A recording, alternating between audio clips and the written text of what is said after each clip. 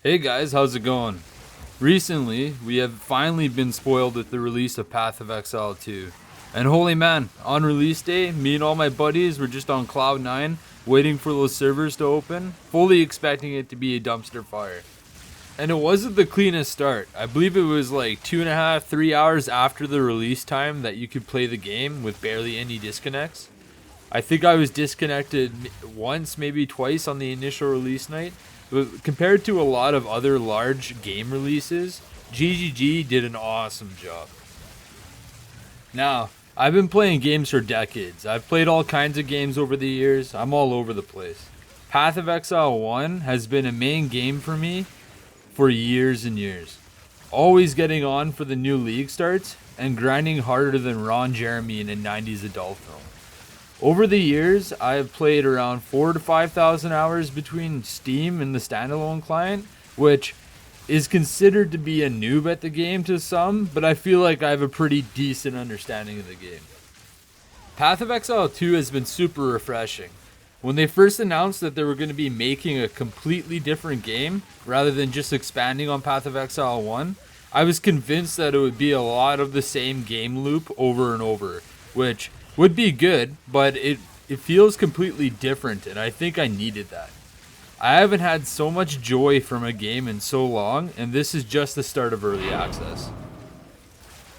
Obviously, there are some issues, as there will be in any early access game, but any early access game doesn't have a highly regarded company like GGG behind it. And I'm sure that GGG is going to be working their butts off to get fixes out and get the game into a state that most people will be happy with. Now, on release day, I was pretty torn on what class I wanted to start. I was contemplating starting on a mercenary for that overhead looter shooter playstyle, but after seeing some of the Sorceress gameplay, I really couldn't resist. I started by using Spark in Act 1 once it was unlocked, and remained using Spark until I unlocked Arc. I tested it out hoping that it could be some lightning throwing Sith Lord, but it ended up falling off pretty quickly, so I went back to using Spark, and it feels really nice once you get some gear and levels. In Act 1 I was able to buy the staff from the vendor, which is just absolutely insane for an Act 1 weapon. With +1 to lightning spells, 71% spell damage, and a 14% more modifier to lightning damage, it was definitely my best weapon until Act 3 or Act 1 Cruel, until I swapped it out with the staff that was slightly better. I find vendors in Path of Exile 2 to have pretty insane items, or just crafting bases compared to Path of Exile 1. So I've been checking every time I've leveled, and have been making a decent amount of currency selling the items off to other players, so make sure you check out your vendors. I was trying to rush my way through the acts at first to get to the end game.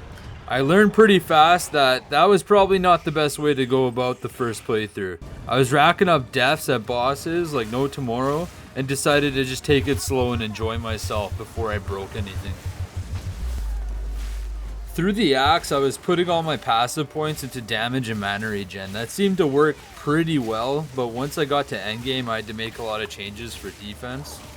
My first ascendancy that I spec'd into was Arcane Surge. It's really powerful with plus to cast speed and mana regen, especially when paired with Force of Will, giving it a 1% increased effect on Arcane Surge for every 15 maximum mana you have. That's like really broken in my opinion, and is almost a mandatory on the Stormweaver Ascendancy. I believe it took me about 20 to 24 hours to get through to the end game on my first playthrough. It was a lot longer than I expected, but I must say I did enjoy doing the acts on Path of Exile 2 more than doing them on Path of Exile 1. Just hopefully I can cut down the time it takes to get to endgame for the leagues in the future. GGG has already been talking about adding more checkpoints to the acts and adding the capacity to fast travel between the checkpoints, which will definitely speed things up rather than having to backtrack over and over. That'll be a huge quality of life change. They've also made a lot of other awesome balance changes, and if you want to check them out, I'll leave a link to their post in the description of the video. Now let's jump over to my other character in game and we can talk about the end game a little bit. What's up, guys? We're here with my character in the end game. I haven't had too much time to play since release. I had 7 exams in the last 2 weeks, plus, getting ready for the holidays and family being around. So it's been pretty busy. So I've just got into level 85. I am just about finished all the map missions on through the Atlas.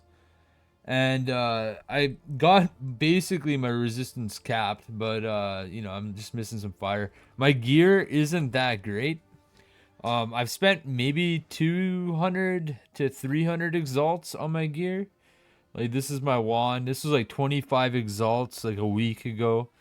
I just bought this the other day just to get some resistances, some mana regen I really needed, and some more mana. And it's nice to kind of just cap everything off.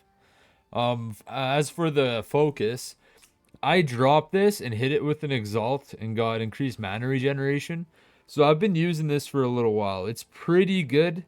I kind of want to get rid of that cold damage a little bit, but I'll take it for now until I can replace it. I'd like to get some movement speed, like 30% movement speed boots. I'm gonna be looking into doing that right away. I'll be upgrading all this gear right away. This build focuses on Kitoko's current jeweled gloves.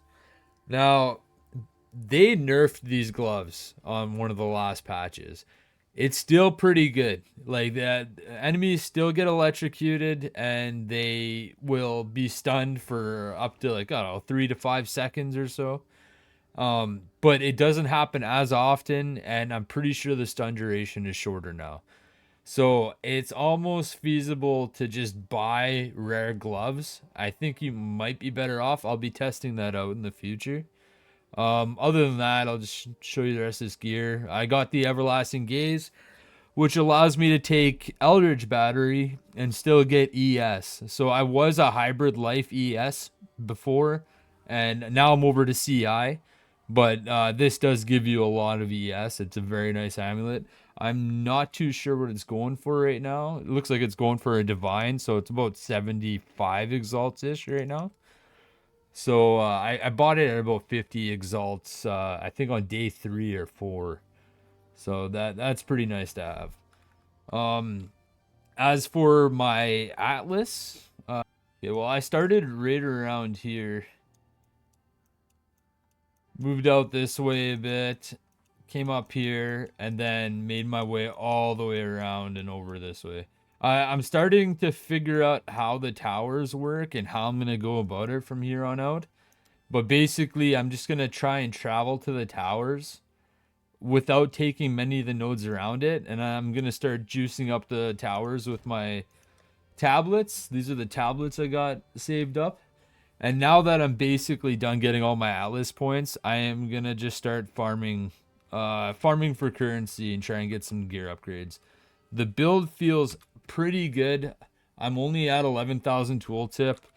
When I have my mana tempest down, I get up to 13,287.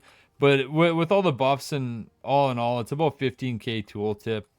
It feels pretty good in maps. I have no problem with tier 15s. Sometimes a rare takes a little bit longer to kill, but it's not too bad. For my ascendancies, I haven't done my 4th one yet. I plan on doing it right away. But yeah, I got my Archmage. I got the Force of Will, and then I went into Tempest Caller for the Elemental Storm. I'm trying it out. It's nice for clear and all, but I might look into doing the extra shock chance later on. We'll see how that is. I feel like that would work out pretty good defensively. As for the tree, I took a lot of mana regeneration. I took a lot of all the cast speed nodes I could. Lots of ES just to get that energy shield up. I have a bunch of jewels socketed that are max ES and cast speed and mana regen on them, and I have them everywhere. They were actually quite expensive. I think I spent over 100 exalts on just these jewels, but it definitely helped out with energy shield pool. I just specced into Chaos Inoculation, I wasn't gonna do it till later, but other people who were playing the build said they went over when they had about 3,000 energy shield. So I thought I'd try it out, and it works pretty good. I've died once or twice since swapping over, and it's usually when I get frozen and then I get jumped on by a bunch of mobs. I'm gonna start trying to build in a way that I can get like stun threshold so that I'm not being frozen as often. But it's without having a life pool, it's pretty easy to get frozen. I went into mind over matter, CI, we have Eldritch Battery, and from here on out, probably just more ES nodes or anything that will give me mana and just crit damage. As much crit as I can. Yeah, as for the Atlas passive tree, I basically just went into quantity for waystones as much as I could, and quantity and rarity on the maps, just to try and sustain those waystones. I also grabbed this Deadly Evolution. Ever since I grabbed this, it just seems like every time I kill a rare, I'm getting exalts, but I'm sure it doesn't happen as often as I think it does. It is nice to have though. 20, I mean, this is just a travel node, but 25% increased magic monsters. Nice for XP, and they drop items every now and then. And then I got some more rare monsters, because they're the ones that drop the loot. And I'm just waiting to get some precursor tablet quantity, and just more of the precursor tower stuff, because I'm going to be looking at juicing from here on out. I've only gotten to the Alice nodes for the map bosses so far, but yeah, 25% increased rarity of items dropped by a map boss. I went with that over the quantity just because I feel like the way that they reworked increased rarity for Path of Exile 2, it seems to be really good. So I'm just trying this out. If I'm not seeing too much from it, I'll go over this way. But I'm hoping to fill up all these trees right away once I start juicing. Alright, I put together some footage of running some higher tier maps just to show off how the damage feels with the pretty low budget gear that I have. It doesn't do too bad, but obviously it's going to get a lot better in the future. As for the end game, I really like what GGG did with the Atlas, like the Infinite Atlas, having to go around and look around for citadels and all that. There isn't many league mechanics, and it feels like it's there's not too much to do in the end game yet. But I'm sure with all the leagues, they're gonna add a bunch of stuff, and it's gonna feel a hell of a lot better. Rares in the end game of Path of Exile 2 seem to be a lot better balanced than they were in Path of Exile 1. I've had maybe like 1 or 2 rares since I've been in maps that have absolutely destroyed me in Path of Exile 2. Whereas in PoE 1, man, it was like every other map. You'd have a 10 mod rare with Soul Eater just jump on you and one-shot you. That all being said, like I haven't really juiced too much yet. I'm going to be getting into that now, and we'll see how those rares are then, especially with all the mods from the Atlas tree. The goal now is to finish off the Atlas, push in and start juicing some maps. I'd like to get some Atlas points for the Breaches and Delirium and all that, so I'm going to start working my way towards that. Figure out some currency strategies that I enjoy in the end game. Roll some new characters to see what I enjoy for league starts. There's still a lot of things to try out, and it's going to take some time, especially with those long acts. If it's anything like PoE 1, I'll probably end up just playing a ranger character the whole time and trying to zoom and juice maps. I'm sure in the new year, GGG is going to have a lot of changes and a lot of patches, so everything could change. You never know what's going to happen in a few months, right? Especially before they go on full release. So it's pretty exciting to see what kind of changes are going to come and how the game's going to feel, and I look forward to it. Anyways, thanks for watching, guys. There'll be more videos soon. Like and subscribe if you want to see more. And I will see you guys next time.